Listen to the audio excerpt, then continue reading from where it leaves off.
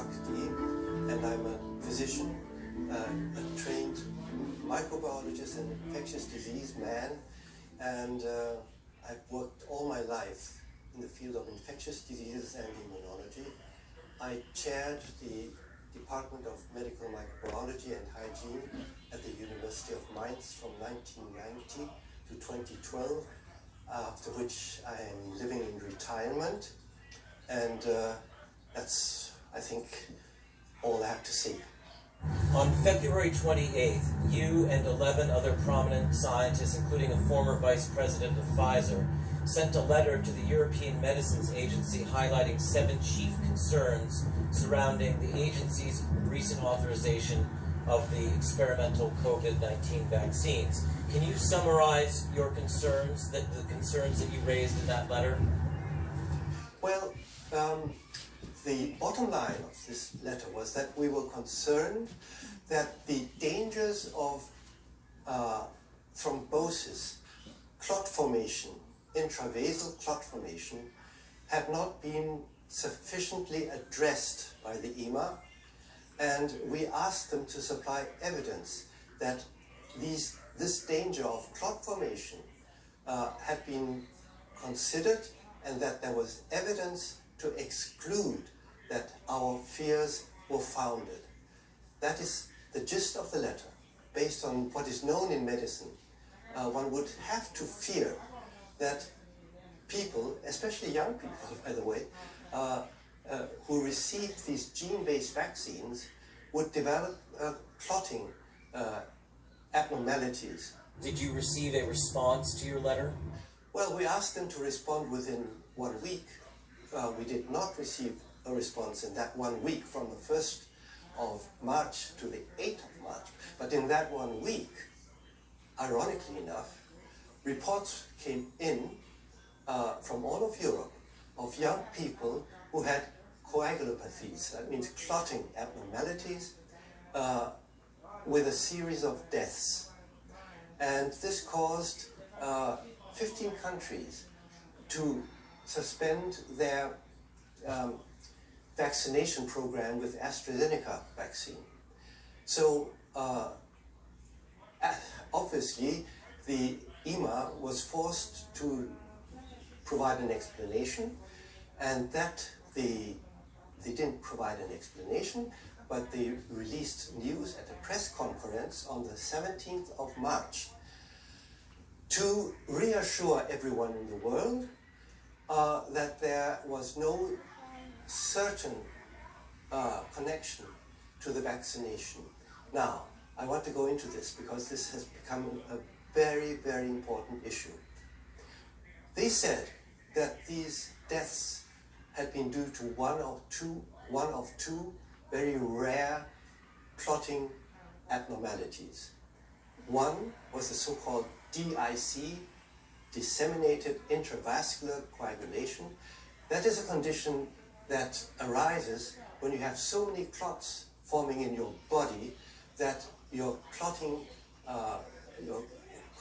system is exhausted, and so you start to bleed. This is very paradoxal, and it's extremely rare. The second was the formation of blood clots in the veins of the brain. So, to cut a long story short, what they said was, we had 5 cases of DIC in individuals under 50, and 12, it's now become 13 by the way, cases of intracranial, intracerebral blood clot.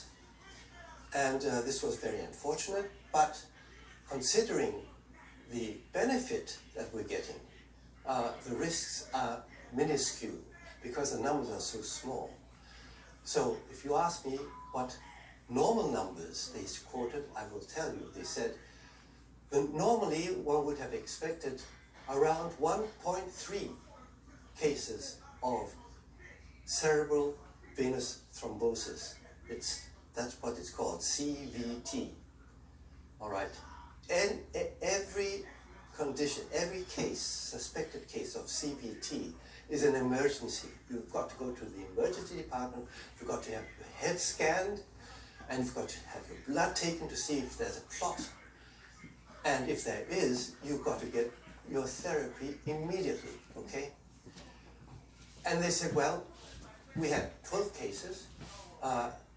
The expected number was 1.3, which means that we can't totally exclude it, but the numbers are so small on an absolute basis that they should be accepted because the benefit is so great. With regard to DIC, the number was 5. The one number to be expected was below 1, quote unquote, below 1.